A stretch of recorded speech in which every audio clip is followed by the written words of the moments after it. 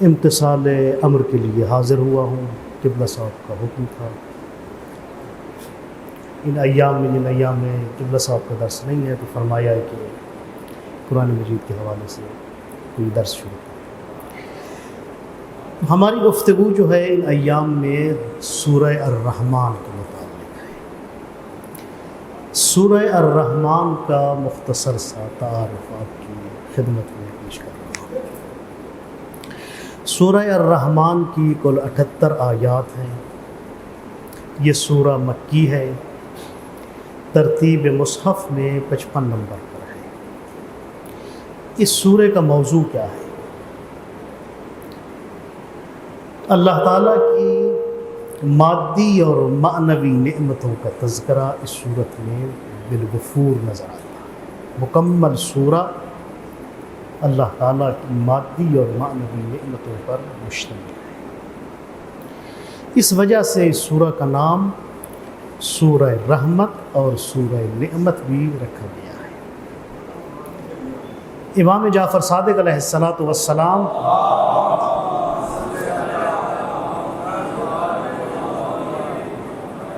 ایک حدیث میں فرماتے ہیں، الرحمن اسم خاص بصفت عامہ والرحیم اسم عام بصفت خاصہ۔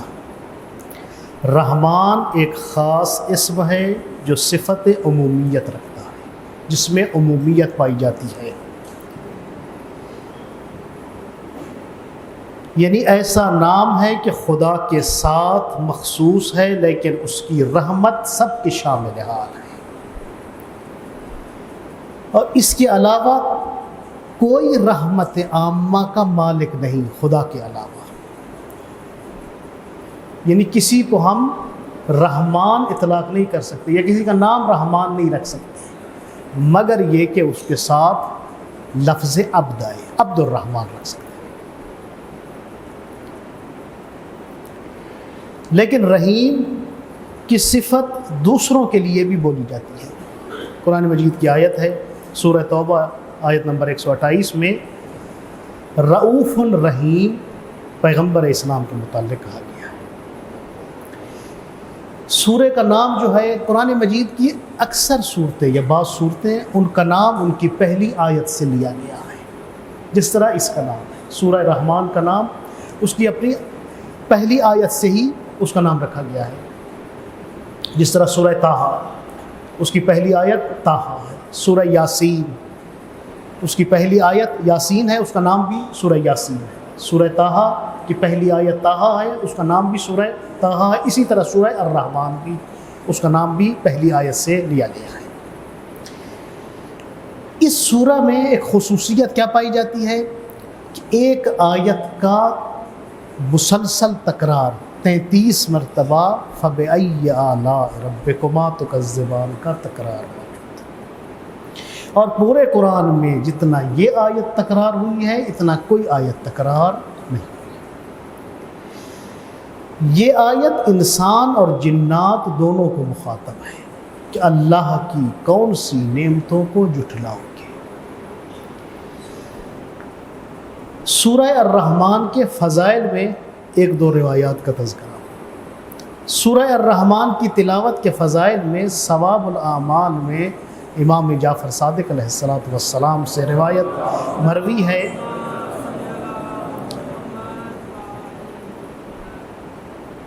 الرحمن کی سورہ الرحمن کی تلاوت کیا کرو، اس کے ساتھ وابستہ رہو، ہرگز اسے نہ چھوڑو، کیونکہ یہ سورہ منافقین کے دل میں ہرگز استقرار نہیں پاتا، کیونکہ منافق اللہ کے شکر کا تذکرہ اور اللہ کی نعمتوں کا تذکرہ نہیں کرتے۔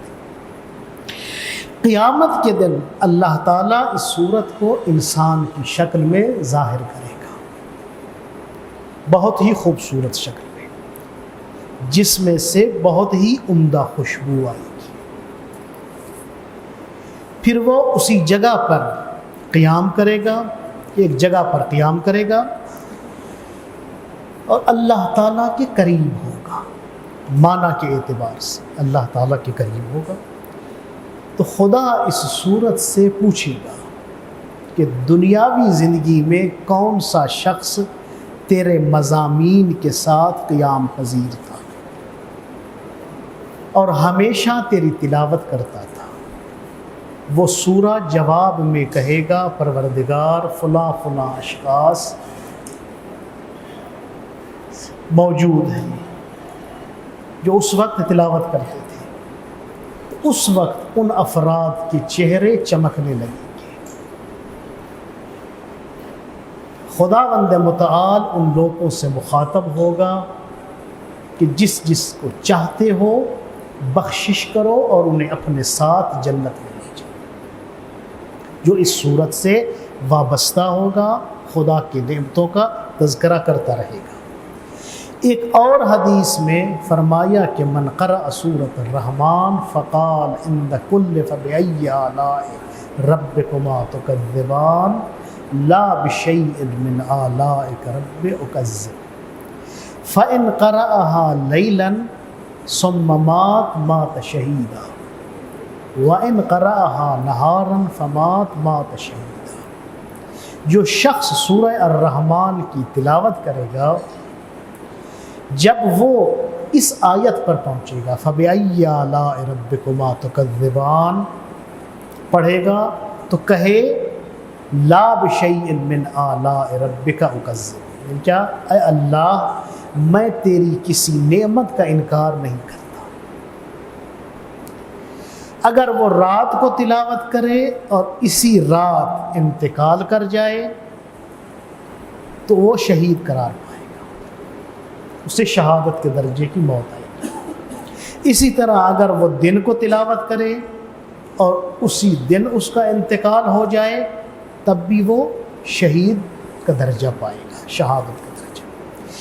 اب صورت میں وارد ہوتے ہیں پہلی آیت، بسم اللہ الرحمن الرحیم سے صورت کا آغاز ہے۔ کیا آغاز کرتا ہوں اللہ کے نام سے جو بڑا مہربان اور نہایت رحم کرنے والا۔ پہلی آیت کیا ہے؟ الرحمن۔ الرحمن کا معنی کیا ہے؟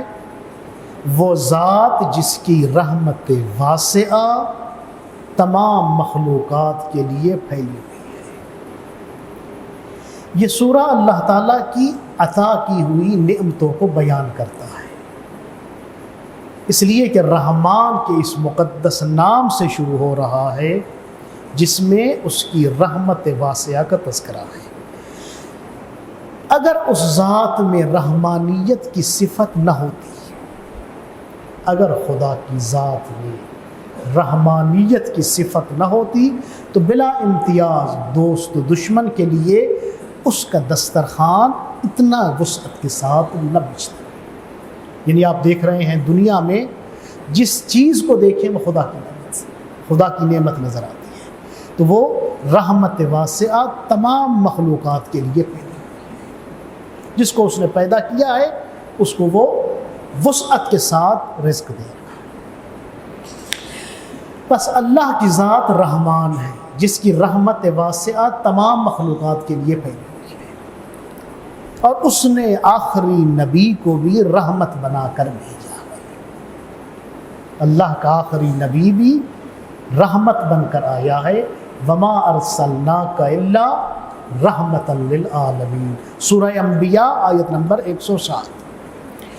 قرآن مجید جو اللہ کی آخری آسمانی کتاب ہے اسے بھی اللہ نے ہدایت اور رحمت بنا کر بھیجا ہے، ہدی و رحمت للمؤمنین، سورہ اسراء آیت نمبر 82۔ رحمان اللہ کا نام بھی ہے اور صفت بھی ہے، اور یہ لفظ رحمان قرآن مجید میں 169 مرتبہ ذکر ہوا ہے۔ قرآن مجید کی مجموعی صورتیں 114 ہیں، 114 مرتبہ بسم اللہ الرحمن الرحیم میں لفظ رحمان آیا ہے۔ اگرچہ سورہ براءت میں لفظ بسم اللہ نہیں آئی لیکن سورہ نمل میں اس کا تکرار آیا ہے۔ قرآن مجید میں 3 آیات ہیں کہ اللہ کی جگہ لفظ رحمان آیا ہے، اللہ کی جگہ لفظ رحمان آیا ہے۔ سورہ بقرہ میں وقالوا اتخذ اللہ ولدا، اللہ کے ساتھ آیا ہے۔ یہی آیت سورہ مریم آیت نمبر 88 میں لفظ الرحمن کے ساتھ ذکر ہے، قالوا اتخذ الرحمن ولدا۔ دوسری جگہ سورہ انعام آیت نمبر 47 میں قل ارأیتم ان آتاکم عذاب اللہ بغتۃ وجہرۃ، اور یہی اسی عنوان سے سورہ مریم آیت نمبر 45 میں یا ابت انی اخاف ان یمسک عذاب من الرحمن، اور سورہ اسراء آیت نمبر 110 میں دونوں لفظ رحمان اور اللہ ایک ہی آیت میں ذکر ہوئے ہیں، قل ادعوا اللہ او ادعوا الرحمن۔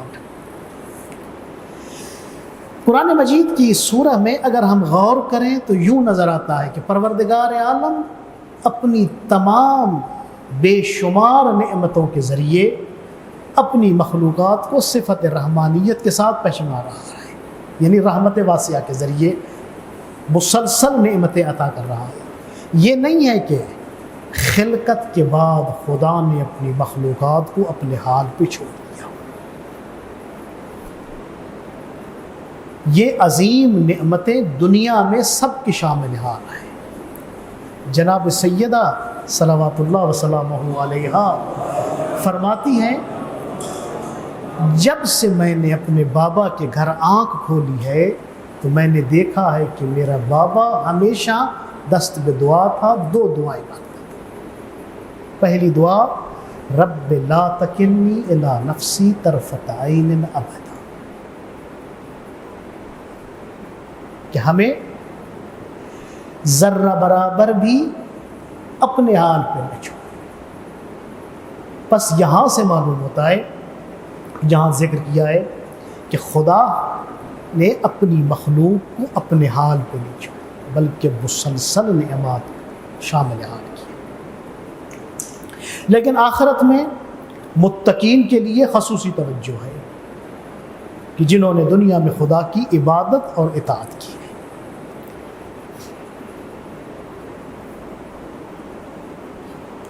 اور 33 مرتبہ اپنی نعمتوں کا اقرار بھی لیا ہے جن و انس سے مخاطب کر کے، فَبِأَيِّ آلَاءِ رَبِّكُمَا تُكَذِّبَانِ۔ اور یہاں اس آیت میں اللہ تعالیٰ نعمت کا تذکرہ ربوبیت کے ساتھ کر رہا ہے، فَبِأَيِّ آلَاءِ رَبِّكُمَا تُكَذِّبَانِ، رب کے ذریعے نعمت کا تذکرہ ہے جس کا مشرکین انکار کرتے تھے۔ مشرکین مکہ خدا کو خالق سمجھتے تھے لیکن رب نہیں مانتے تھے، مالک نہیں مانتے تھے۔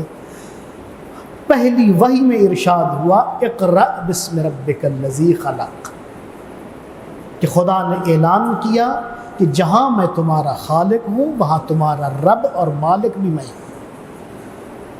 تو لذا مشرکین کو توحید کا درس دیا جا رہا ہے کہ معبود بھی میں ہوں، بتوں کی پرستش چھوڑ دو۔ بس اس آیت میں جب ہم وارد ہوتے ہیں اس سورہ میں، آیت نمبر 12 سے فَبِأَيِّ آلَاءِ رَبِّكُمَا تُكَذِّبَانِ کا سلسلہ شروع ہوتا ہے۔ اس سے پہلے ابتدائی 9 آیات میں تذکرہ کس طرح ہے؟